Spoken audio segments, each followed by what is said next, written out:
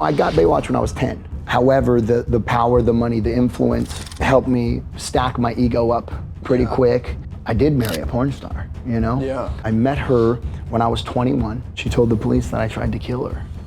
This pretty well-known gang member in Los Angeles was trying to rob me. He had me falsely imprisoned, where I locked his wrist between my head and shoulders, locked down on his arm, stabbed him as many times as it took till I heard the gun drop behind me, walked into this underworld of people. People just think I'm some raving lunatic that's been going around stabbing people. You know, the higher up you are, the further you have to fall. Well, dude, Jeremy, good to see you. Yeah. So we met I was sitting at Barton Springs.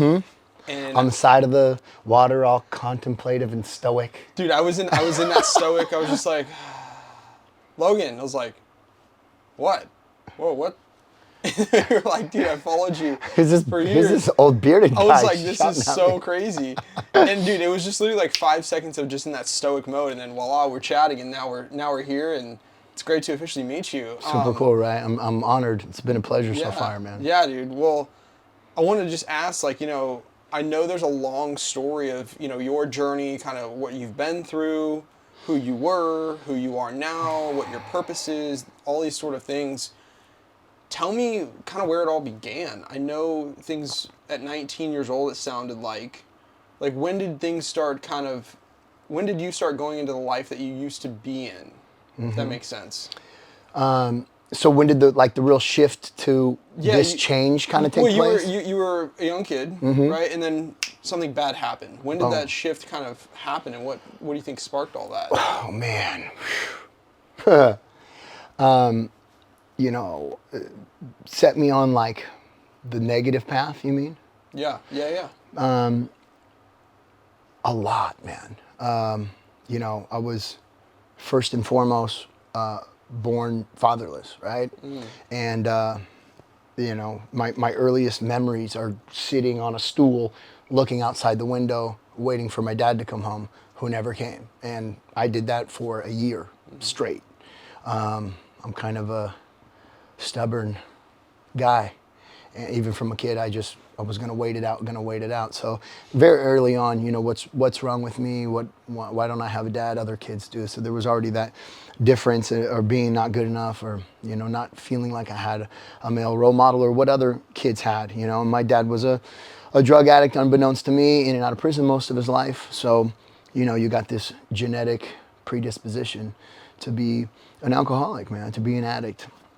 And shortly after that, my mom was on a date, and the guy ended up being a full-blown stalker, and he chased us for years, from apartment to apartment, on low-income housing. Social workers coming to make sure we're still poor. I got a single mom, and we're living in the slums. I'm going to get free cheese and rice at churches. We got no money, and this guy's kicking down the door at 2 o'clock in the morning. He's my mom.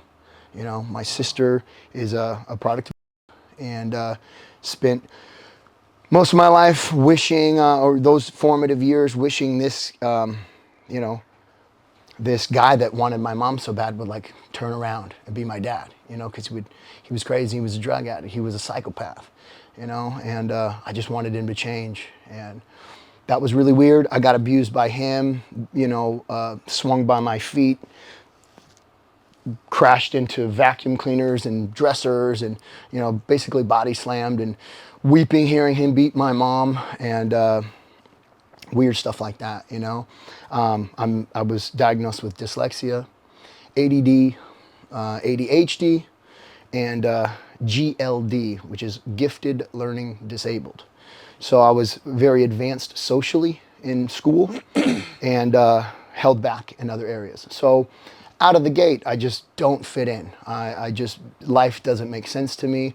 Why don't I have a dad? Why is this guy making our life hell? Why can't I sit down and do this mundane homework? Why am I washing tables every day at recess? Why do I not get to play? Why am I always in trouble? All I want to do is have fun and have friends, Life just doesn't make sense to me. I'm in a lot of pain. I very early on discovered artistic expression. I would lock myself in my room. I got 126 stitches in my forehead when I was a year old because I was already practicing my Michael Jackson moves feverishly, Wow. obsessively. Um, Michael Jackson, Elvis Presley, David Hasselhoff, those were like my icons. I saw those people have power on TV. I saw those people make crowds fall to their knees, almost worship them. And I felt so powerless. I felt so estranged and isolated that I thought, that's how you belong. You win power, you win influence, you know? You seas of people appreciate you, you know? So I started working on my craft. I started closing myself in my room 3 years old to 6 years old and practicing dance moves, impressions, comedy, outfits, lip syncing, singing, and acting. I would record commercials on a karaoke machine. I have hundreds of cassettes from when I was a kid. Welcome to CBB Radio. My name is, and my makeup names, and I'd interview myself as other people. I was incessant, you know? Yeah. I'd watch and I'd practice. And I'd watch and I'd practice. I didn't know the entertainment industry was an industry. I didn't know it was a money-making opportunity. But I was so incessant that at 6 years old, my mom's just like, we got to get this kid an agent, you know? We got to get this kid on TV, I guess. We live in Orange County. We're not in the entertainment industry. And went from really, you know, low to very quickly high. My first job I got was a Mattel commercial.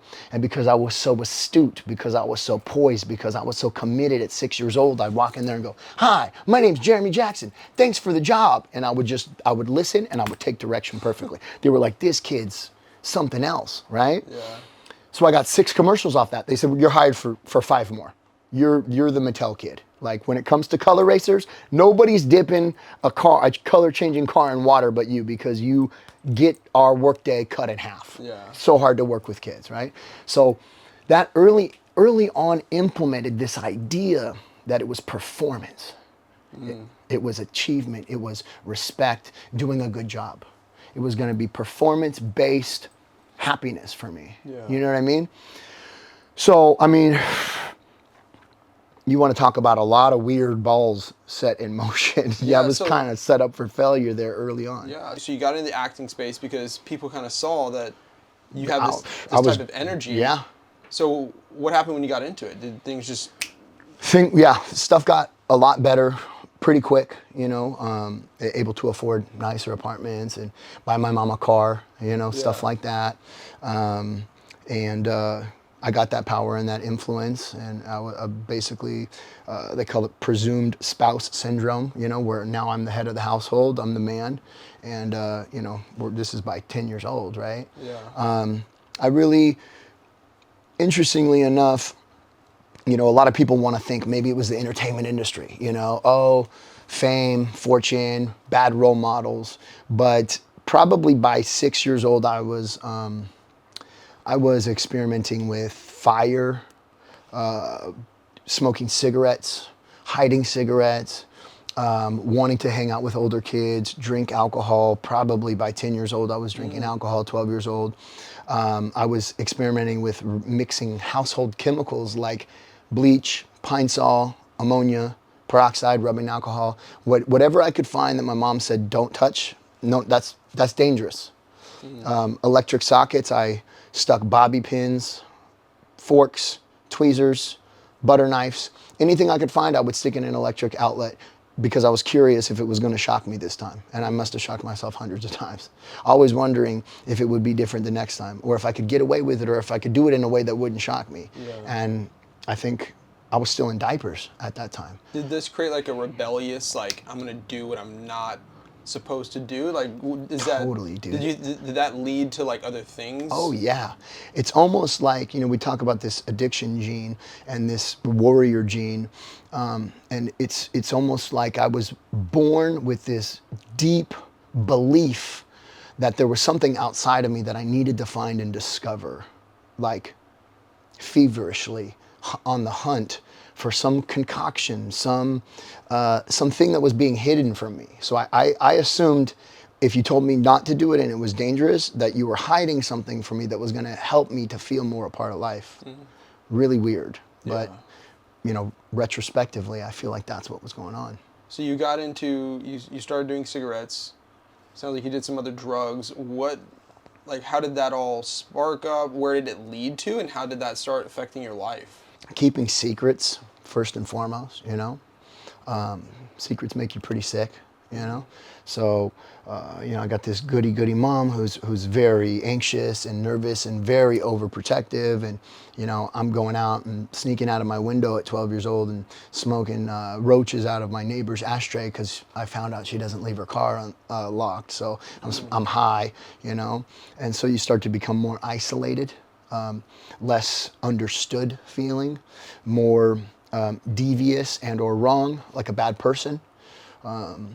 Not a lot of kids are doing that at that age.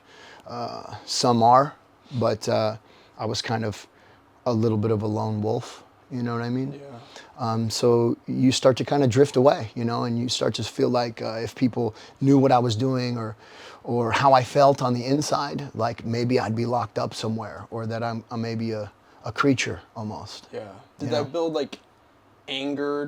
What sort of feelings did it build within you? Was it like you hate the world, hate people? What did it start brewing? It's interesting because a lot of feeling, like I said, of separation and or being not understood or feeling alone. So rebellion and confusion, but also really underneath it all was like just a genuine desire to be loved or to fit in. So it's an interesting dichotomy there. Yeah, I mean, people, we see some people are doing bad things and we assume what a horrible person, but there's something deep down that is causing those sort of things that are happening, right? Yeah. So we were talking yesterday and you kind of told me about a situation at a very young age that was a situation where you were protecting yourself and you had to stab somebody. Yeah. What happened there? What's that story? Well, this was it was actually a little later in life. Okay. It was more recent. It was about 8 years ago. Wow. 8 or 9 years ago, and there was 2 situations. And the first one was when I had lost my relationship and walked away from a successful career training celebrities and, male cover models and champion fitness competitors, CEOs, hedge fund managers, and the like, being pretty sought after out in LA. And I just felt like life had done me so wrong that I had tried so hard to do a good job and to build a life. And when that all came out from underneath me, I really lost hope. And I said, okay, I played by the rules and I lost, so screw the rules. I'm not going to play by the rules anymore. The woman I loved is gone forever. And, why bother? If I did it right and it didn't work, let's just do it wrong. Mm-hmm. So, I was out there selling drugs and being, essentially a criminal, if you just want to call it what it is. And I was newer on the scene, right? I had previously to that been sober for 12 years. So I still was a little bit healthy. I still had a little bit of a head on my shoulders, and I walked into this underworld of people who have committed their whole lives to this, whose parents did this, whose brothers and sisters do this, they've been eating, sleeping, and breathing crime for a long time. Mm-hmm. And I don't know if they saw me as a threat or if they saw me as a chump or they just whatever. It's really dog eat dog out there. So anyway. This pretty well-known gang member in Los Angeles was trying to rob me. He was robbing me, He had me falsely imprisoned at gunpoint in a car for a, chaotic ride-along. This guy is high on injectable methamphetamine, possibly heroin, but I definitely know injecting methamphetamine. He's bigger than me. He's uglier than me. He's got clown tattoos on his face. He's got a big smile and the whole the whole shebang, you know. And I had a pocket knife on me, so I just kind of played calm and went with it for quite a while. And when my opportunity arose, and I had basically been studying his movements and calmly paying attention to how he operated, when he got mad, when he continued to put the gun in my face, it was 50 times, you know, over the course of like 2.5 hours. So when the opportunity presented itself, I pulled my knife out and did a little bit of a self-defense jiu-jitsu move where I locked his wrist between my head and shoulders, locked down on his arm, and stabbed him as many times as it took till I heard the gun drop behind me. And, you know, he fled the premises. And, you know, lo and behold, the cops came and they arrested me. They arrested me for attempted murder. He gave a fake name at the hospital. He received medical attention at the hospital under an alias. And with my car keys in his pocket, he AMA'd against medical advice. Left after receiving treatment from the hospital. He escaped the hospital before they could run his fingerprints and find out that he was wanted for a shooting a year previous. And that incident kind of won me some respect and some street cred. You know, oh, the OC white boy, you know, maybe he isn't so soft. Maybe we don't want to mess with him. And people kind of started to give me a little bit of that recognition I always looked for. Give me a little bit of that respect I look for. Maybe now I can be the head honcho of the shit pile. You know what I mean? Yeah. So lower companionship, man. I mean, the human psyche is a crazy thing. So what did that lead to when you felt like, oh, like you just leveled up? Yeah. Right? Did that give you a like, I'm ready for more? Or did it make you question things? Did it make you like? It made me feel safer. It actually made me feel, you know, like things were going to go better for me, because, you know, I didn't look for that situation. I didn't want that situation. I bided my time for a long time before I had to really do something about it. But how many times can you get a gun pulled in your face till maybe the bullet's going to come this time? Yeah. You know what I mean? Yeah. And, you know, he did steal my car still, and I did get arrested. It cost me thousands of dollars to bail out. And for a whole year, I was, you know, basically being, you know, held on a bail for attempted murder. Mm-hmm. So I kind of had to walk on pins and needles for a year. I should have walked on pins and needles for a year, rather. I didn't. But I'm in that underbelly now. So safer, as if maybe that was going to give me a little bit of freedom. Like maybe people weren't going to come after me. Because there was a time before that, held at gunpoint, where I did get robbed for, you know, I mean, I've lost hundreds of thousands of dollars. You know, we'll put it that way. You know, sometimes 10, sometimes 40, you know, but I was accosted in another situation. And so I thought this one was going to let people know. Yeah. However, 2 weeks later, people stole the car that I had borrowed from somebody. Because, you know, sadly, I actually crashed my car, my personal car that I loved, which I put a lot of money into and a lot of care and a lot of character. It was really my truck. And I crashed that. I fell asleep at the wheel and I crashed that. Wow. And it was, I totaled it, and it was a pretty big nightmare. So then I was renting cars. And now, because that guy stole my car, it came around that I can't rent cars now because I wasn't able to rent that car, and they thought I had not returned it. And it was so, okay, I can't rent cars anymore. So I paid a buddy to borrow his girlfriend's car. So I was driving somebody else's car, and that got stolen. And, you know, there was two factors to that. Number one, I wanted to stand up for this girl that I didn't want to screw over. My life is already getting torn to bits. You know what I mean? I don't even know this girl. And this is a car that I'm borrowing, unbeknownst to her, that her gave her boyfriend money for. I intend to return it, and I'm not trying to make other people's lives worse. Yeah. So that car was stolen from me. And, this is all over the internet, and people just think I'm some raving lunatic that's been going around stabbing people willy-nilly. But I found those people that had stolen the car. They were drug addicts that knew my friends that I had seen on occasion, and drug addicts, this is what they do. They do whatever they have to do to get what they have to get to survive another day. And I literally, at first I came to them and I was like, look, you're gonna get that car back. We're gonna go get that car back. I fed them. I gave them drugs to keep them from getting sick. They were heroin addicts. I'm not a heroin addict, but I literally bought them drugs because they were like, we can't, we're too sick. I'm like, oh, well, buy you some drugs to get you by. We would buy you a couple hours. What do we need to do? And,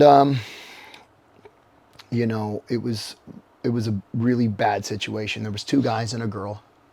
And, I kind of tried to be nice. And then when that wasn't working, I said, look, the story. You know what I mean? That I stick up for myself. That this can go really bad for you. And I tried to play tough guy and see which door would be open. Maybe a little bit of fear tactics would get the car back. Maybe being nice would get the car back. And they had no idea where the car was. I don't know what they did with it, but they just couldn't take it to me. And they didn't want to tell me they couldn't take it to me. And they were doing some weird stuff, I was in the back seat of their car. They turned the speakers on with the balance. The girl put the speaker all the way up in the back and turned the speakers up in the front, and they were talking as they were driving in the front, conspiring and coming up with some kind of plan. I don't know. But when the 2 guys got out of the car, because now I'm carless, and now I gotta do this again. I gotta stick up for myself again. It's kind of like if you're in prison or you're in jail, you're in the street. If people just think they can take advantage of you, you're just literally gonna be mowed down. You know what I mean? My bank accounts got completely ran through.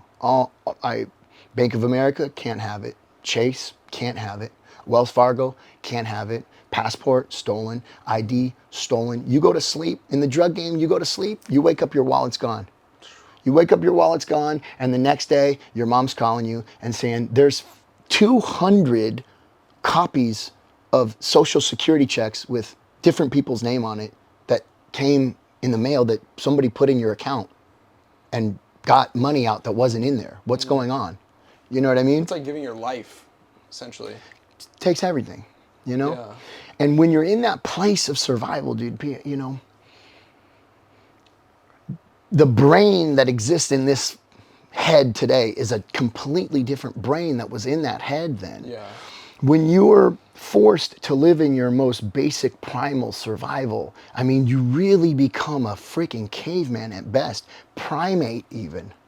Primate, Yeah. Like the monkey that won't let go of the coconut in the hole. Yeah. Right? Yeah. It can't get the food because it's too stubborn to. You're really in a very, very primitive state. It's like living like a cockroach, zombie apocalypse. You never know what you're capable of until it's the only option, right? Yeah, you're just going for whatever's next. This is it. It's actually referred to as the reptilian brain.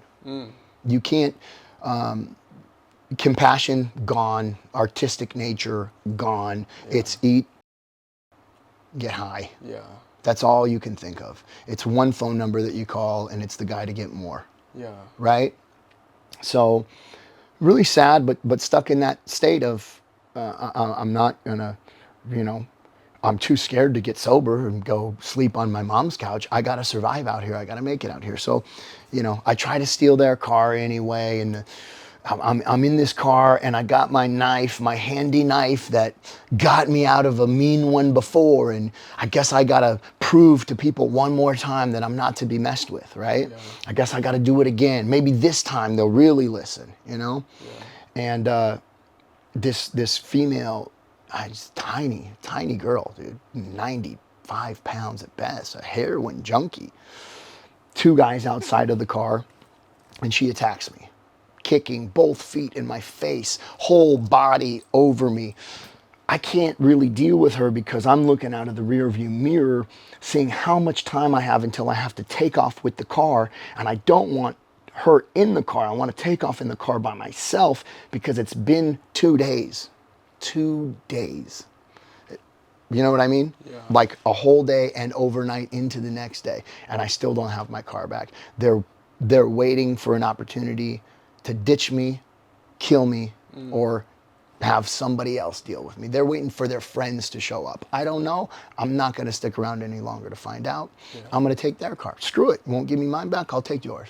Maybe you'll call me later and say, okay, never mind. Here's yours back. I don't know. Anyway, here's the guys running at the car with pickaxe. They're going to these two guys are going to drag me out of the car and pickaxe me to death. That's crazy. So I'm telling her, get out of the car, get out of the car. The doors are unlocked. I don't want to lock her in. Get out of the car. How much? I got 15 more seconds till they get up to this door, right? Yeah. And while she was flailing, frantically, all four limbs attacking me, she got slices on her body. No stabs. I never hurt this girl on purpose, And she wouldn't get out of the car. It was too late. I had to take off with her in the car, and so I got away. And while I was driving, I said, "I'm gonna slam on the brakes, and you're gonna jump out of this car, right?" And she said, "Yeah," because she started freaking out. I don't know if she didn't know I had a knife in my hand. I don't know if she didn't realize she was getting cut, if she was injuring herself on the knife that I had to hold in a specific way, not to make it dangerous to me. Yeah. I didn't know. I don't know what she knew. But she got injured, and mildly injured. I think stuff on her legs. Yeah. No organ, weird, horrible gouges or anything. Slices. Probably because she was kicking me with both of her legs with her back against the passenger door. So you're the driver. She goes like this, Oh, jeez. like that. Yeah, that's crazy. 20 times, dude. Oh, jeez. 20 times. And then when that didn't work, bink, bink, bink, bink, bink. I'm like, I can't take my eyes off. I'm more worried about these dudes, Yeah. The shoes don't feel good inside of my head, but Yeah. these dudes are going to hurt me 10 times worse. And then when I took off, it was a body coming over top of me. You know what I mean? Anyway, maybe she realizes she's been injured. I don't know, but she's screaming and she says, "Yes, I'll get out." So I slam on the brakes and she gets out. I go a couple more miles and the car freaking runs out of gas. So I had to get out of the car and run. Wow. I just had to get out of the car and run while they chased me. That's crazy. I went into a gas station and I begged the guy to call the cops, right? Because they pulled in with the pickaxes. They had a car parked behind that car. They ran back to the car and chased me. Ran into a gas station, said, "Please call the cops." And the guy calls the cops, and the cops come and I say, "Look, I can't divulge too much information. All I can tell you is that I'm in a life-threatening situation right now. I can't give you any details, but my life is in danger right now." And they said, "Well, if you can't make an official report, if you can't give us information," I said, "I just need to get out of here right now," And they just left. The cops left. Yeah. Wow. Me with blood all over my shirt. That's crazy. Yeah. Wow. I didn't want those people, two of them, who were parked right across the street watching me, talking to the cops, to see me out there, street drug dealer, badass, goes and snitches. Yeah. Just chopping it up with the cops. Like, you don't do that. That's like a death sentence when you're living that life. Yeah. Then they call everybody, and everybody's out to get you now. Child molesters and snitches. Wow. You're gonna get, like, out of the blue, 10 people are gonna come and stomp you. Yeah. So, I'm trying to get help without being a snitch. You know what I mean? Yeah. They didn't help. Anyway, 2 weeks later, I got rolled up on down here in Orange County.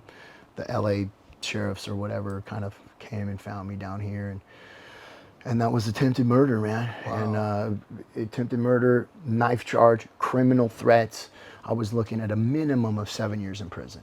Wow. I was on an ankle monitor for 6 months. I was in and out of mental health facilities for a year. Yeah. That's crazy. Yeah. So let's go back. All right. I've seen that you were on a very famous show. What was this show called?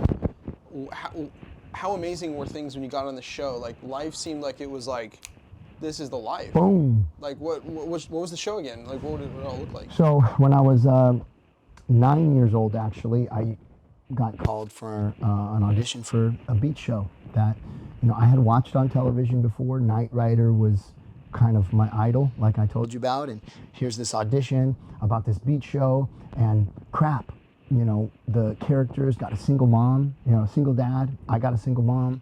The kid lives on the beach, loves the ocean. I live near the beach. I love the ocean. I'm a beach kid. I'm not an LA kid, right? So I was like, man, we should probably do this, right? By that time, I had already done about 60 national commercials. I had done movies with John Travolta, Mars Candy, M&M's, Mervyn's, Frosted Mini Wheats, Mattel. I had done all. I was already pretty successful, and I got that fighter's mentality from a kid. I know I'm walking in there. I know I'm getting it. I've been manifesting this since I was a kid. I was watching Michael Jackson. I achieved it. I already now. I'm doing what I saw in my head. There's no doubt in my mind I'm gonna go get this thing, and so I get it. Gosh, everybody loves to talk about the fact that Leonardo DiCaprio auditioned for it as well. I didn't get it. I got it over him. Wow, that's crazy. The joke I like to say is, I bet he's really kicking himself. Yeah. So what was the show like? The show was Baywatch. Baywatch. That's what it Baywatch, which ran for something like, it turned into Baywatch Hawaii later, but something like 13, 14 years. It's still the world record holding most watched television show in the history of the world. It was on in more countries than any other show in the history of the world. That actually turned into me recording 2 top 10 hit albums, traveling all over Europe, performing in front of 15,000 people at the Olympic Stadium in Munich, and doing some really, really cool stuff. And I got to hang out on the beach. And surf and do all the stuff I like to do. This was after you had gotten into drugs and these things? So I'm already, I'm drinking and I'm smoking weed, I'm skateboarding, and I got Baywatch when I was 10. Okay. So I was still pretty innocent there. I was mischievous. I was, a hyper kid. Looking for approval. I was definitely not perfect. Getting into a lot of trouble in school, and I had the record for going to the principal's office. All that kind of stuff.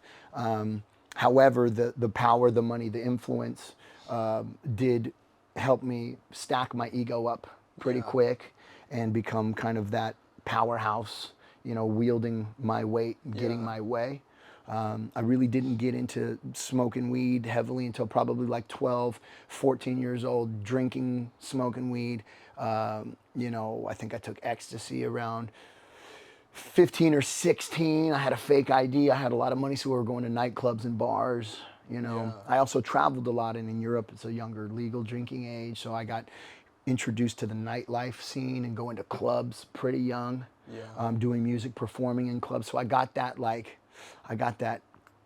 party bug pretty early. Yeah. So you married somebody before, who was a porn star. Yeah. How did that feel, saying I married a porn star at that point?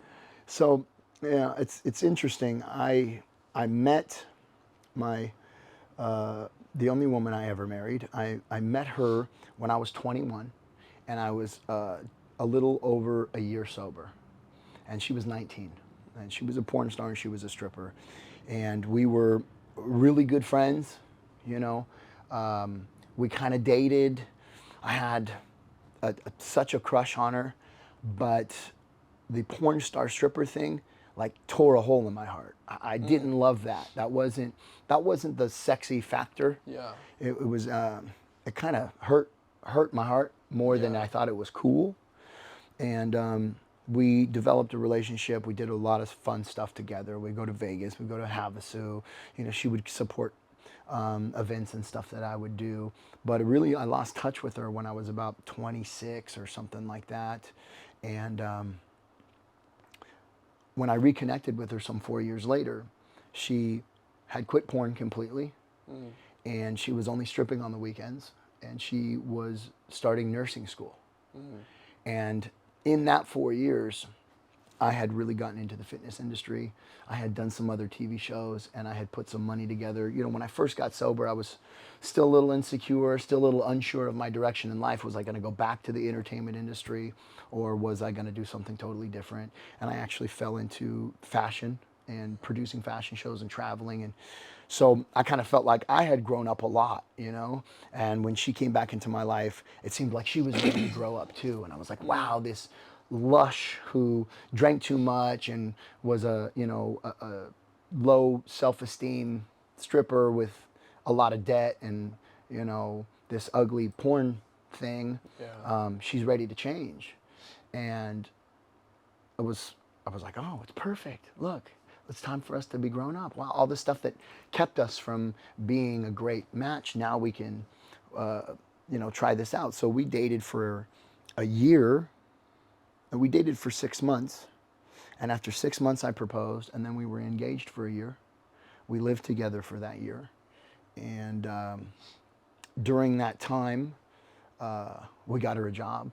We put her through school to be an esthetician. We got her student loans paid off. We got her a lot of treatments like acne, scar reduction, a lot of the things that she was really not confident about.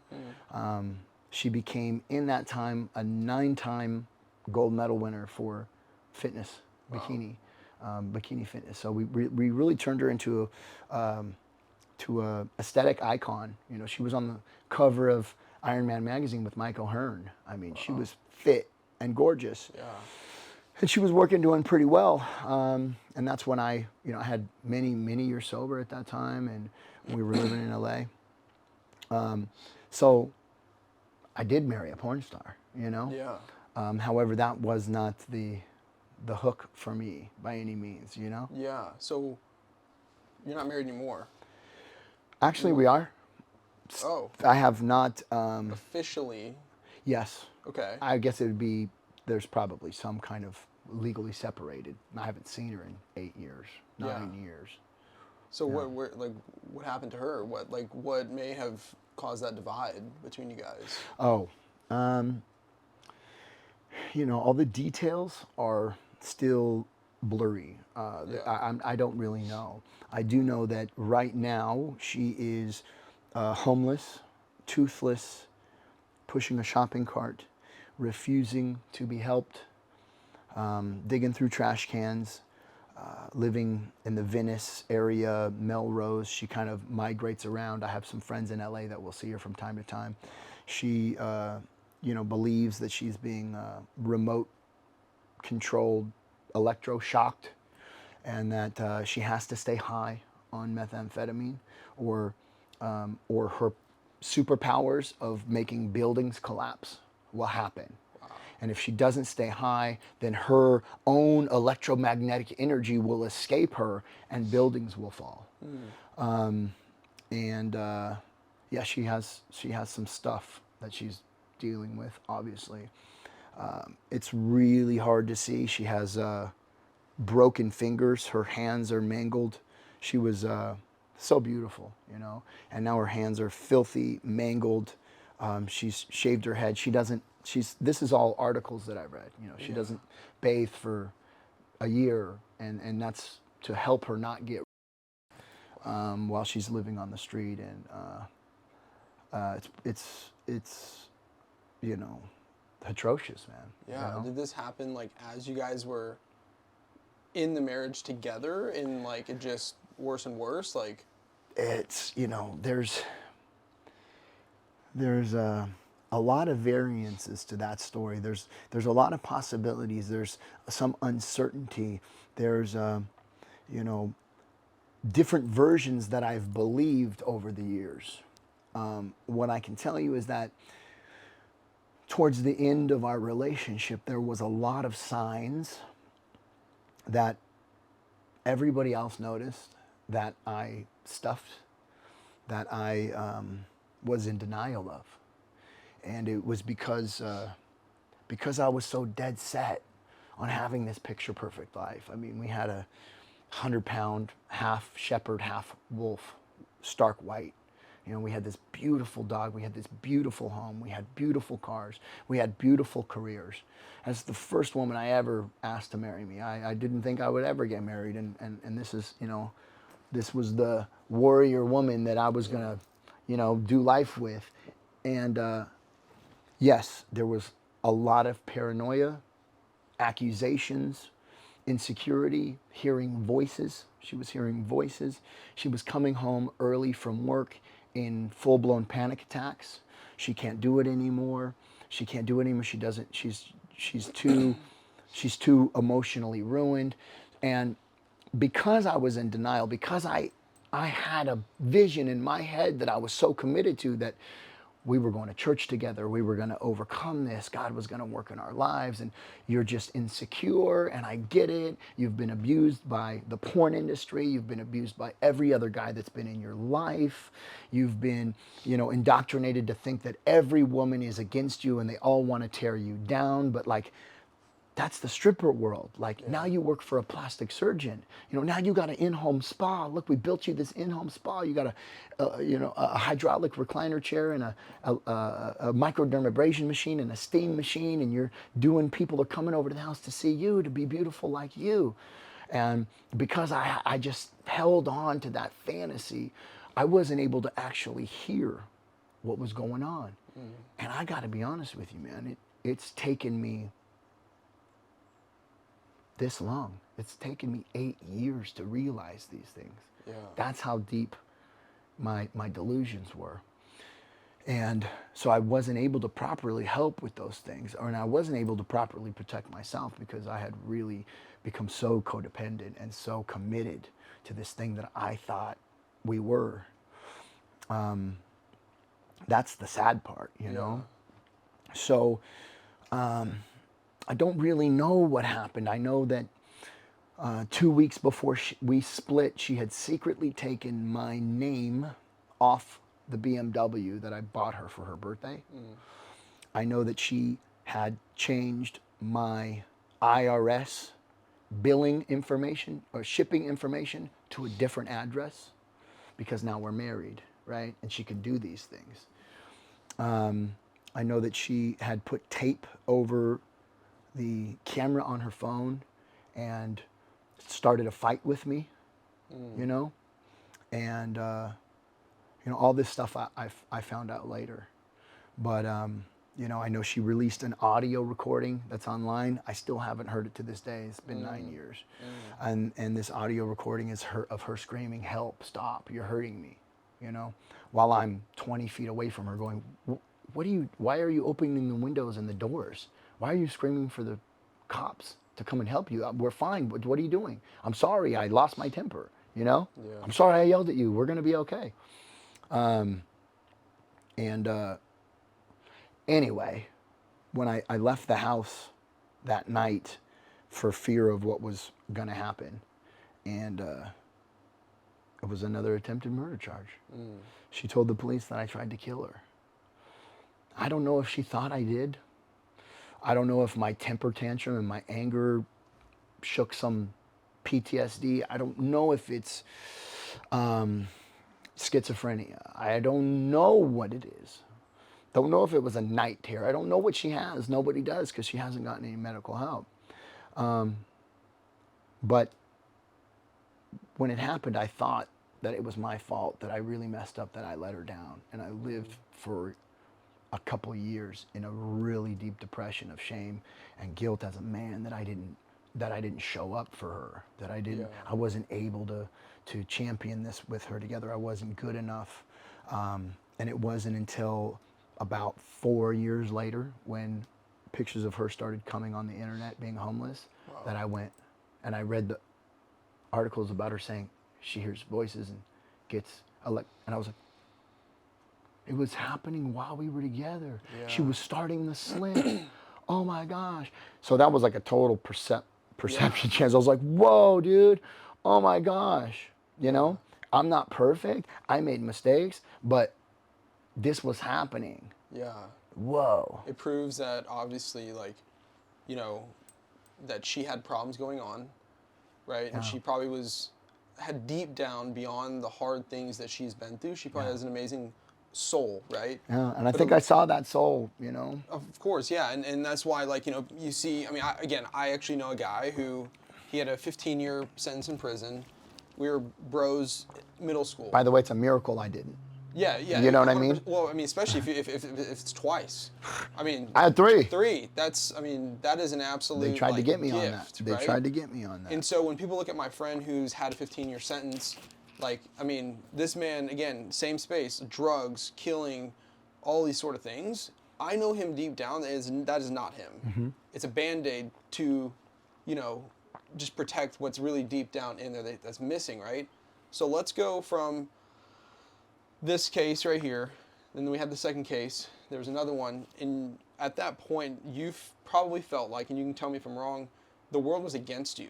And you're at rock bottom. How did that feel? The world's against you. You got nothing left. What's going to be next? Like, how did that make you feel? You know, I can't say that it's that much different than I've always lived my life. I mean, somehow I'm always trying to find a way. Always trying to find a way to rise above, to counteract, to counterbalance, you know? So when everything's going wrong, of course I said, screw it, you know? I'll just be the best version of bad I can, you know? So I tried to, just like when I was a little kid, I'm gonna find power. I don't have power. I'm powerless. I don't feel like I fit in. I'm gonna find power in fame. I'll be famous. I'll be rich. Then I'll feel like I belong, you know? And then that failed me, right? And then this relationship, you know, this significant other, it's marriage, it's the best house, it's providing, you know? And that slipped through my fingers by various strange circumstances as they may be, and, you know, now I have no power again. And there's no power in putting the white picket fence up again. I tried that. So I'm gonna find power in the street. I'm gonna be a kingpin. I'm gonna be the head of the criminals. They'll respect me. I'll come in with money and a good head on my shoulders. I know how to run a business. I know how to put my nose to the grindstone, right? Yeah. I know how to delegate. I know how to save money. I know how to, you know? Yeah. And so just still looking for the way to survive, looking for a way to win the game. However, I've been pushed into, you know, a very alternate, dark reality, you know, but still finding a way to thrive, to try to thrive, right? To try to survive. And so, of course, how did it make me feel? Angry. It made me feel angry. It made me feel resentful. It made me feel like I had to do it. I had to break all the rules in order to win, you know, because I gave up on the rules because I thought I tried to play them. I thought I tried to be a husband so hard. I mean, I sacrificed so much.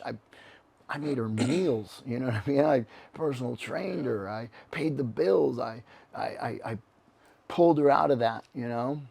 While I was pulling me out, I thought this is how we win, you know. But I was wrong. Never mind. So I gave up on that. Yeah. You know? So when when you were there, and things have shifted, was it a moment that made you say, I'm going to make a change, or how did that shift go from where you are to where you're at now? Because where you're at now from where you were, complete 180, right? Yeah. So was it just like a come to Jesus moment? Was it just like a accumulated time? Like, how did that happen? Well, the prison sentences really scare you, you know. When you're looking at minimum of 7 years in prison and you're fighting a case for 2 years, you know, and you got a district attorney who's a former military guy who just hates you, you know. I mean, he reads his side of the paperwork, and he just thinks you're a threat to society and you're a toxic person, and you need to be put in prison for the safety of other people. And it it makes you question, am I, do I, what will happen in there? People go to prison and get in a fight to protect yourself, and the guy you fight with dies. And now you get an ad charge. Now you're in for 30 years. Or you get in there and you try to get protected with the gang, and they make you go do something. If you don't go do that thing, they're going to stab you. So you got to go stab the guy. And guess what happens? Ad charge, drugs in your butt. Gnarly stuff, Yeah. right? So you're like, 7 years minimum of that. How many times am I going to have to stuff drugs in my butt? Like, how many fights am I going to have to get in? You know, teeth falling out, coming out old with, pale, and eating top ramen all day long. Like, dude, my life's over. You know what I mean? Yeah. Will I ever be able to bounce back from that? It's a lot of fear. Yeah. So you get pretty hopeless at that point, Yeah. like, oh my gosh. And honestly, I would say that there was one thing I could do for those 2 years. And the only weapon I had, scared straight, you want to call it, right? Because I knew I wasn't out there trying to hurt people. I just wanted to make enough money to stay high and live like a rat, Yeah. I just wanted my cheese and my garage. Yeah. As long as I had that, I was okay, right? I knew my heart.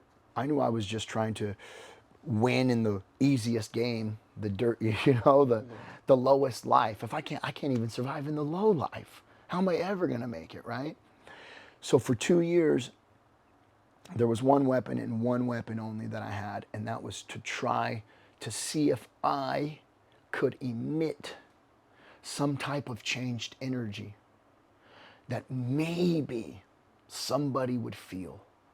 Maybe the district attorney would feel it. Maybe he would see it. Maybe the judge would see it. Maybe my lawyer would see it and fight a little extra harder for me. I went through a few lawyers that, I didn't have any more money, dude. I had a public defender that said, your best bet is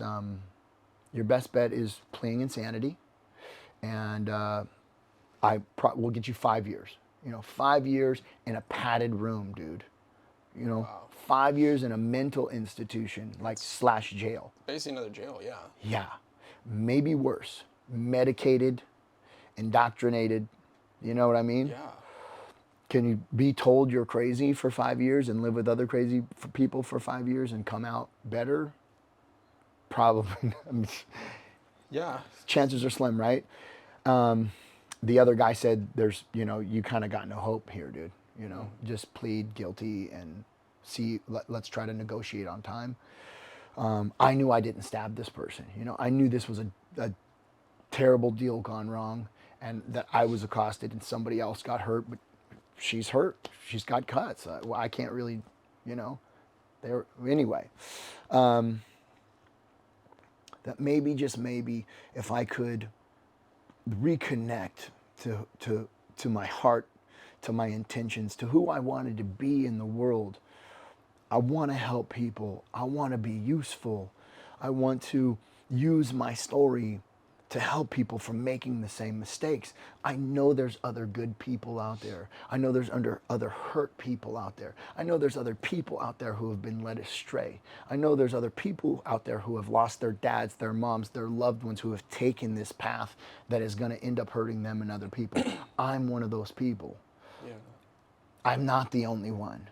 And if I can start to energetically vibrate at a different frequency, Was it like because the way I see it, right? When doctors told me I had no hope, Yeah. you've got nothing left, your life is on the line, there's your cemetery, whatever. Mm-hmm.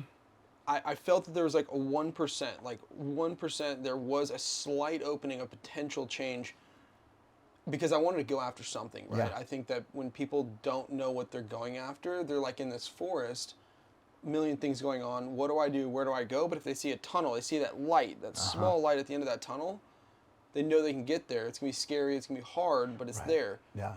So you saw that, right? And when people 100%. are going through that, Yeah. because I think that everyone can see that, aside from like health conditions, right? Yeah. How did you see that, and how do some people not see that? And what makes that difference between making that complete 180 change versus not making that change? Well, like I said to you earlier, that nobody makes a change until it hurts too bad to do the same thing, right? And I knew I was hurting, and I knew that the odds were against me. And there's a saying that goes, "You can't see the beauty of the forest for the ugliness of some of its trees." So there's ugly stuff, there's scary stuff, and if you focus and you just see the ugly stuff and the scary stuff, that's all you're going to see. But if you can find the 1% chance, if you can believe there's a light at the end of the tunnel and you focus on that. And my rationale was, at least while I'm fighting this case and believing for better and believing there's a chance, then at least I'll be able to get through this with less stress and less bargaining, depression, anger. It's almost like trying to accelerate through the grief and loss process. You know what I mean? Yeah. Denial. I'm not going to jail. I'm not going to jail. Anger. I can't believe I'm going to go to jail. Yeah. You know, bargaining, depression, acceptance, right? And I needed to get into acceptance right away, and accept that maybe there was a chance, right? And I can't go do a bunch of good deeds on the outside. I have to be the change on the inside. I have to be the change on the inside. They have to feel like, if they said guilty, they have to feel like, but I wish even if when they said guilty, and I did do 7 years, I wanted them to feel like, but I wish we could say not guilty, because look at him, he's changed. You know what I mean? Yeah. And then in that process, I started to find a lot of acceptance. You know, I believed that there was a possibility, and I believed that the change had to take place in me, and I believed that there was phantom forces. You know, everybody's looking at the tip of the iceberg. That's what you see. Yeah. Everybody sees that and that alone. But there's 90% more under the surface, right? Yeah. The phantom forces, the intangible, the formless, the unseen. I know that exists, and I believe that maybe it's a little contagious. And if I can heal that stuff and have hope, that maybe somebody else will get the hairs stand up on the back of their neck and be like, let's take another look at this. Because that's all it takes. One person to say, you know what, let's take another look at this. I know we looked at it early on in this way, but let's take another look at it. And be like, and my lawyer did that, dude. I found that relationship with my lawyer, and she really fought for me. And, you know, it came to the point where she fought so hard for me because she saw that I was living right and doing everything in my power to help people and to live different and to be different and you know, put myself in different rehabs and mental health facilities and volunteer and, you know, getting certified as a drug and alcohol counselor and getting certified in breath work and CPR and personal training and donating my time. And, you know, it was maybe the last 2 years I was going to be free. So I was going to do as much as I could. And she fought for me so hard that I think they just realized, well, crap, she knows him pretty well, and maybe he isn't this guy that everybody thinks he is, and let's give him a break. I ended up doing a year. In Wayside Supermax County Jail. Wow. Supermax County Jail, murderers in there, people doing life in there, but it's a county jail. And the caveat to that is if you go to prison and you have strikes, you can never get your strike removed. Wow. But they did me a favor, and they let me go to county jail, which means I can get my strike removed. And they gave me some really strict probation and a lot of hoops to jump through. And the deal was, if I did not get in any trouble for 5 years, and if I satisfied all levels of the probation, that they would remove my strike. So I do not have that felony is not on my record. Yeah. If you look that up, that doesn't exist. It's like they gave it to me for the time being. I accepted it. Yeah. But the cream rose to the top, I guess. They know gave you what an I mean? opportunity, right? It's like, To wipe it. here it is. This is your one shot. Yeah. And if you want to take it, let's take it. If you don't, it's not there. Right. So let me ask you this. I mean, Supermax is not a joke prison, right? It's no like Oh, you got into a car City crash. jail. It's no You city, did, no average Joe's. Like, People are dying in there. People are what getting is that beat up like? every Like, day. day one, you go in, you're like, what are you thinking, feeling? Like, you know what I'm saying? Like, it's gotta be scary, Yeah. right? Like, Day one, you walk in there and you got a room full of tattooed dudes looking at you. What's up, honey? Yeah, we're gonna take care of you later. You know what I mean? Like yeah. everybody testing you left and right, saying they're gonna you, trying to get you into the Mexican gang, trying to bring you into the white gang, pressing on you, seeing what you got, if you're gonna, what information you're gonna share with them, how scared you are, because if you're scared enough, they're gonna press you to get you to send money on PayPal over the payphone, and once you do that, you're screwed. It's X amount of dollars a day to not have your ass beat. I mean, you're either beating people's asses, standing up for yourself, getting your ass beat, but at least standing up for yourself, or you're gonna get pressed. Yeah. And they're gonna have their homies show up at your family's house and be like, "Yo, what's up? We got your son in the what you call it, you know what I mean? And my big homie over there runs a pad, yo, and check it out. This is how it's gonna be. Like, what do you got? That's crazy. Otherwise, he's not coming home, or he's not coming home with teeth, or whatever it is. So it's a very fine line of minding your own, of not saying too much, not saying too little, you know, sleeping with your shoes on. You got to sleep with your shoes on because you don't want to get caught on the concrete floor in your socks. Because if everybody starts fighting and you're the guy slip sliding in your socks, you're screwed. Not fraternizing with any other races, not walking through certain bathrooms, not walking by certain tables. It's a lot, dude. Yeah, that's crazy. It is a lot. So your life is complete 180. Do you ever get, like, have you ever had those moments by yourself and you're just like, oh my life is completely different? Do you ever feel like an emotional feeling of like, this is where I was, this is who I used to be, and this is where I'm at now? Because, dude, I mean, people in your shoes, like, again, I know a guy, like, I mean, his life is literally on the line. Like, one thing, dude, he's in life for life. He's in prison for life. Yeah. Right? So it's like, do you ever have those emotional moments where it's just like straight gratitude of like, I cannot believe that I'm still here, either alive or at least not in prison?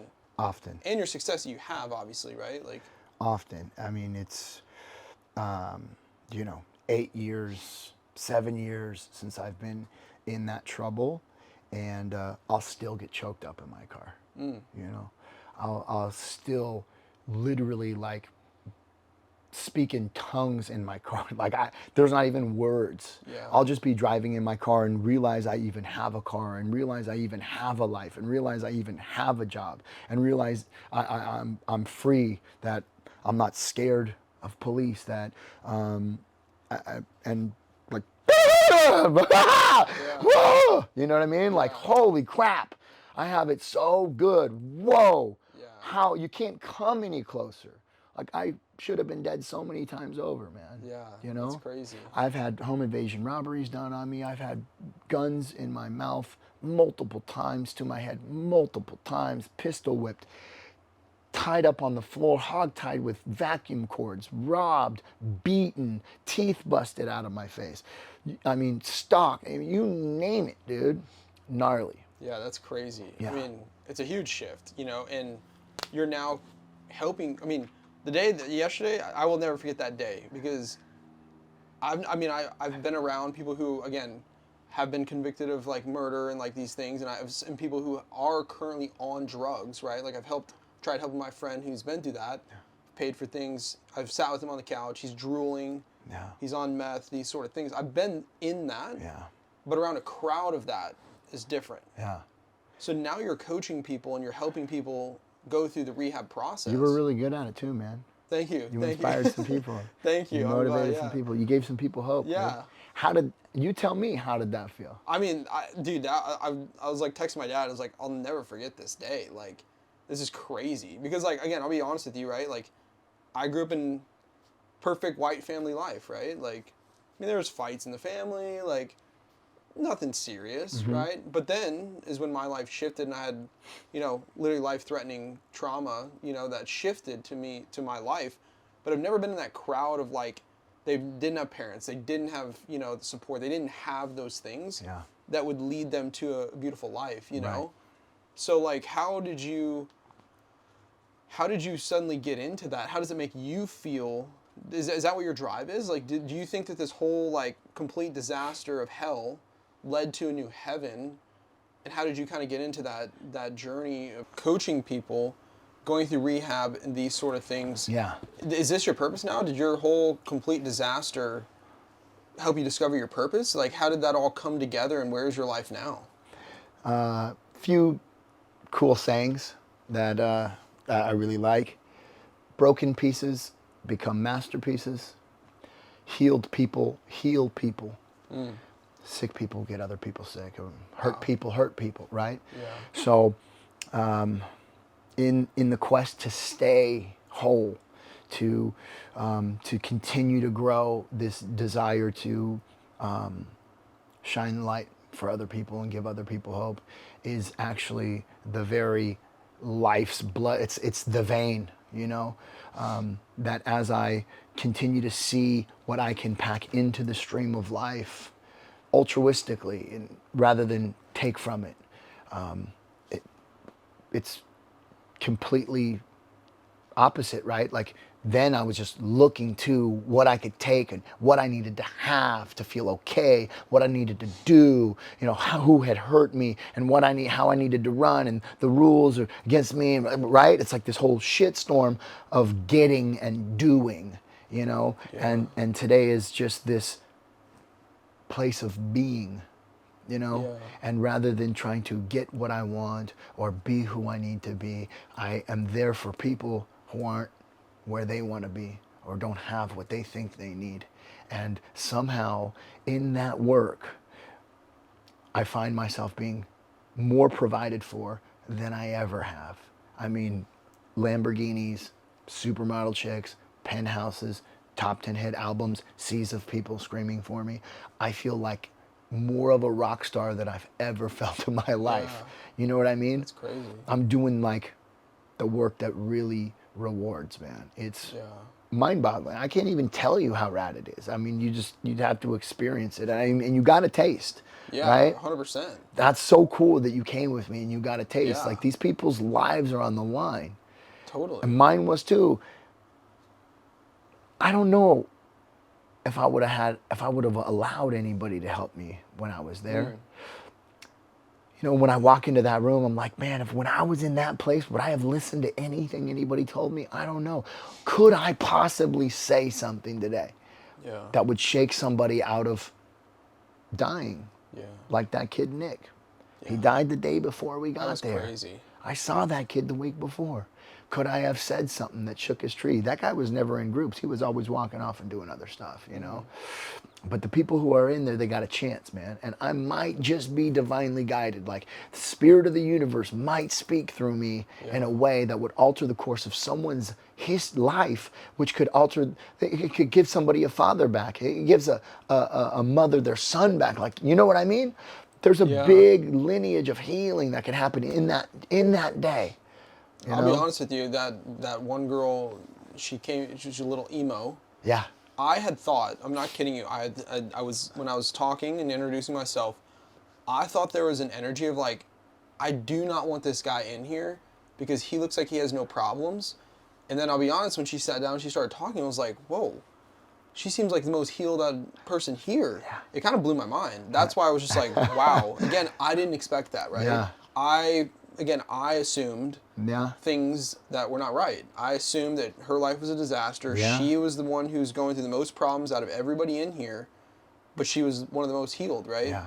So what do you have to say, like, because people that are watching this video right now, they may have either fell out of an airplane and survived, or they just had a breakup, or they just never have felt their own self. They never felt worth in their life, right? Whether, again, it was a complete horrifically disaster or just a little bit of a hard time personally. What's your message to them to give them hope that there is more beyond that? Because you didn't have, you were at complete negative, like underground rock bottom. Yeah.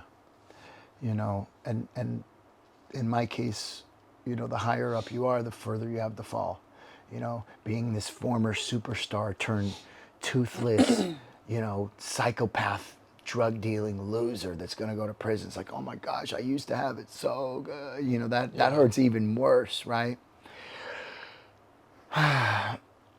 The whole practice that I've invested into that has paid dividends, the application of daily focus on what is good, what is possible, what is beautiful, what is hopeful, what is what brings gratitude, what brings joy. You have to find it. What you focus on grows, what you feed expands, and what you believe you receive.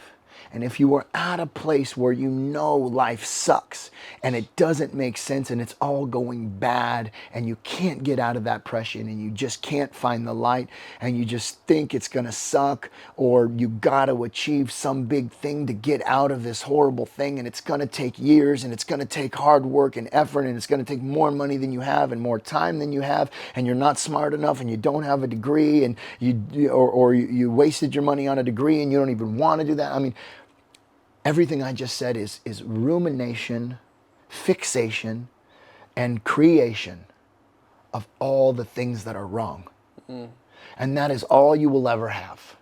If you're focused on the problem expands. But if you find any stitch of hope, and you said it, that 1%, that 1%, it might be a hummingbird outside, dude.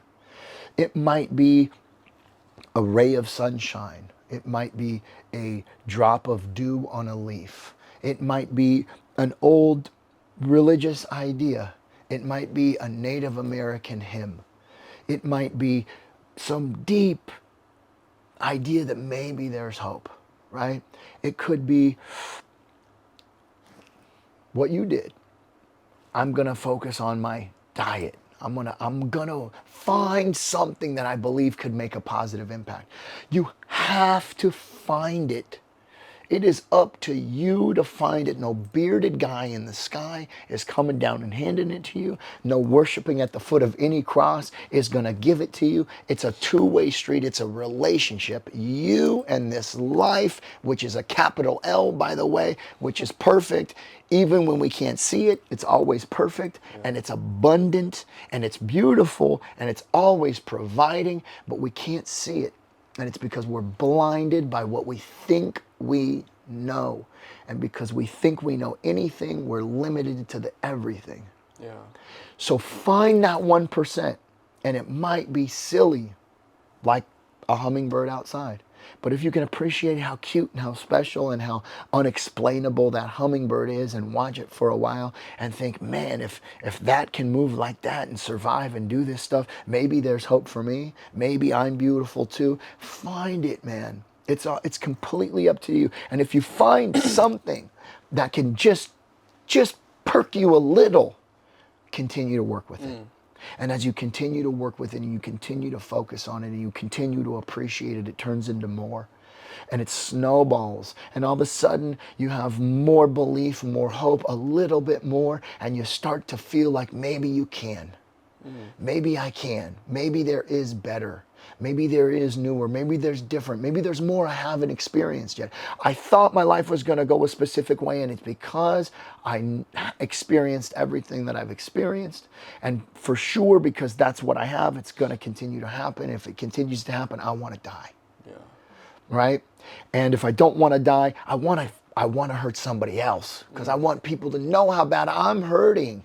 Because don't you know? But it's really because I'm so finitely blinders on the problem. Yeah. So it's meditation at its finest. It's an actual prayer.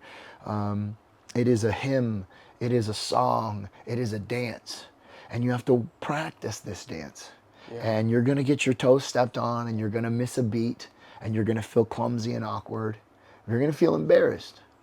Just like when you get up in front of a crowd and dance. Yeah. But as you start to work with this practice of finding what might be possible, what might be beyond your comprehension, what could potentially be.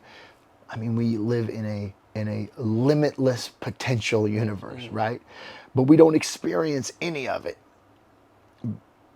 merely because we're focused on what we think is possible, right? Yeah. So when you find that 1% and you just continue to work with it, things will start to change. right. New doors will open. New inspirations will come. You'll start to have different friends surrounding you, and you'll notice little opportunities. Maybe it's angel numbers on the microwave all the time. Oh, that's weird. but you won't see the omens. You won't notice the signs if you're focused on the yucky. Yeah. So get out of the yucky, man. Get out of the poo poo, and get into the possibilities. Yeah. Out of the poo poo into the possibilities. I'm trademarking that. And breathe life into them, Yeah. and they will become real for you, why I as call real it- as you want them to be. It's a One Day, One Life channel. You got one day to make one decision to change the one life that you have. Exactly. So Yeah, I well, love dude, that, man. Yeah, man. Thank you so much. It's been awesome, yeah, bro. People are gonna change their life looking at this, watching this, and comes down to these conversations like this. So It's cool, man. You were an inspiration to me over the years, watching you, following you, your journey, seeing what you've overcome, and then running into you is like, maybe because I've been working with those mantras. Dude, yeah, maybe it's because crazy. I've been believing that the people that inspire me, I'm going to come together with, and that Yeah. we're going to create something better. And then through you inspiring me and mentoring me, even though you didn't know it, and then now here we are sharing that message Yeah. with more people. I mean, that in itself is miraculous, if you ask me. I mean, I would Yeah. call that an answer to prayer. dude, I almost didn't go to Barton Springs. I was like, I don't know. I was like, all right, whatever. And you were right there. It was so crazy. It's really So, cool. yeah, So thank man. you, man. Yeah, Thank dude. you for what you do, and thank you for letting me be a part of it. I'm Ellie. Hello. Ellie. and you're now dating Jeremy. Yes, I'm Jeremy's girlfriend. Yeah. So how did, by dating somebody who had married a porn star in what he had been through, in what you may have been through, how did you go into that with such an open mind of like, this man is an amazing man, right? And because you had told me that you guys met in a sobriety journey, right? How did you go into that with him in such a positive way? And now, I mean, you guys are doing amazing, right? Like, how was that journey going Yeah. through that? I would say that, well, I mean, I wasn't really sure of it at first. Uh-huh. Like we met and I've never really judged anyone on their past. And I don't think I really knew much about that when we first started dating. I don't lead with that. By the way, No, yeah, our first date was really like we were in my car going to look at Christmas lights, and we ended up having a whole crazy conversation about sonic geometry and ended up pulling over and just talking for hours. Wow. And aliens. Yeah, and aliens. And I started crying about it because I was so happy. But really, like, when you're in the sobriety community, it's different because everybody has a past. Everybody has demons. Everybody has ghosts in their closet. And everybody's got something, Yeah. And I think when I learned about that, it was really like my mom was like, have you seen the things on the internet about this person?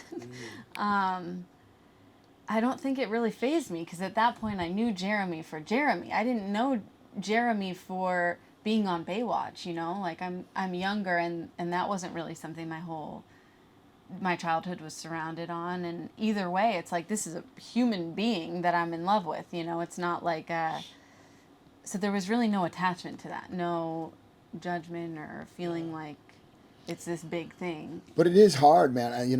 And early on I told her, like, let's not post on Instagram together, let's not do stuff. And she thought like I was ashamed of her. I didn't want to do that together. And I'm like, no, you don't understand. Like it's going to open up a world of crap. So, we did it. And then there's hundreds of people all over the world. He's probably going to kill you. Don't you know he's this and he's that and he should burn in hell, and what's wrong with you for that? And They're like, you're such a horrible person for being with this guy. I'm like, what? Who are you? You know? know him. And then sometimes they'll comment on my appearance. It's a whole thing, but yeah. and so yeah, sometimes it's weird. It doesn't for make sure. it easier. Let's just Doesn't say make that. it easier. But like, you know, the Jeremy I know is this powerful guy who has this ability to explain things to people and come from a place of understanding to where somebody who might not be interested in a solution is now interested in that solution because it's been explained to them so palatably and excitedly, you know? Yeah. And like that's Jeremy to me. Yeah. That isn't and sometimes it's weird for sure. Like there's this woman on the streets and this whole thing. But like that's how life happens for a lot of people. There's Yeah. weird stuff that happens. But you know him for who he is, right? Exactly. 'Cause some Exactly. people can look at Jeremy, be like, "Oh, I'm not messing with this guy. This guy's gonna he's just a beast, whatever, right?" But deep down, he's got a beautiful heart, right? And a lot of people don't know that, right? Right. And it's pretty self-evident at this point. I wouldn't say it's necessarily even a deep down thing anymore. It's Yeah. like you can see Jeremy for who he really is. Yeah. Kind of like, you know, when he was talking about his relationship with his ex-wife, it wasn't about, like, it had nothing to do with her being a porn star, you know? That Yeah. wasn't even a thought. It wasn't even a question. And so Jeremy's past and, like, what he's been through and experienced isn't even a question for me. If anything, it's a beautiful opportunity. I see it as a beautiful opportunity for Jeremy to be able to relate to somebody else and change their lives. Yeah. And, like, we get to do that together. That's so cool. We say that, you know, essentially your pain, your struggle, your strife, and the deeper you've gone into the dark has really created, because Ellie has her past, and you know, she's been sober for 11 years, but you know, she's made a lot of mistakes, and she's drank her life away and crashed cars, and, you know, made her parents, you know, fear for her sanity and had to do the rehabs and all that stuff too. But now she's able to talk to young women who have done the same thing, who think they're alone, who think no one gets them, you know. So I get to talk to men who think they've hurt women, who think they've lost all hope, who you know, and give them hope. It's like I got custom curated as a key that fits somebody else's lock, that's gonna Yeah. give a mother her son back, or give a wife her husband back, or give a brother his brother back. You know what I mean? Yeah. It's pretty magic thing. Yeah, that's amazing. Yeah. And even if those things have happened, right? Even if people have made mistakes in their past or things they regret or have done things, you know, it doesn't make them a bad person. Yeah. Right? Like Jeremy was talking about with the survival mode, it's like we do what we have to do to get to the next day. And like that stuff comes up still. You know, like in a romantic relationship with somebody else who's on like an enlightened path, when things come up like that, it's like the level of responsibility to address that is so much higher. And the understanding and awareness of where it comes from is so much deeper, Yeah. you know? Yeah. And the desperation to nip it in the bud is that much more valid, because we know what happens if you don't. You can't stuff anymore. You know what I mean? Right. Look what happens when you do. When you don't address stuff, when you let stuff get swept under the rug, when you bite your tongue, when you go and lie and cheat and do, you know, all of a sudden then you're there again. I never want to go there again. Like, I'd rather do the deep digging in the day I'm in than let them stack up and create a whole nother mess, because it's happened enough in the past that I know it will again if I'm not invested in the work today. Yeah. You know? Well, I mean, there's a lot of couples out there where either the woman or the man has an alcohol addiction, and she wants him to change, or she has an addiction and he wants her to change, and it doesn't change, and it's a complete disaster. Let alone you guys have both been through something like that. How did you guys heal together? If you know, I mean, if you guys did heal together in a way, and did it bring you guys closer? The fact that you both went through something similar in a way. I think it absolutely does. And also, like, having that alcoholic gene, or, you know, the gene to where you want to, really what it is like you want external things to solve an internal problem. So you're constantly grasping at things to make you feel good so that you don't feel what it feels like deep down inside when you don't have a solution. And stuff like that still happens. You know, like I can see when Jeremy's engaging in those behaviors, and I know he can see when I'm doing that, even sober, right? And the most valuable thing I think we've both learned is that the only person I can change is me. And so we have this beautiful recipe for like how to maybe like if I'm seeing that in that person, is there something in me that I don't see? Like, can I put that down on paper and see what that looks like and then start to change that in myself, or like give it up to something bigger and engage spiritually and see what happens from that. And then you see that as you do that, it attracts the other person to go along with you in that way.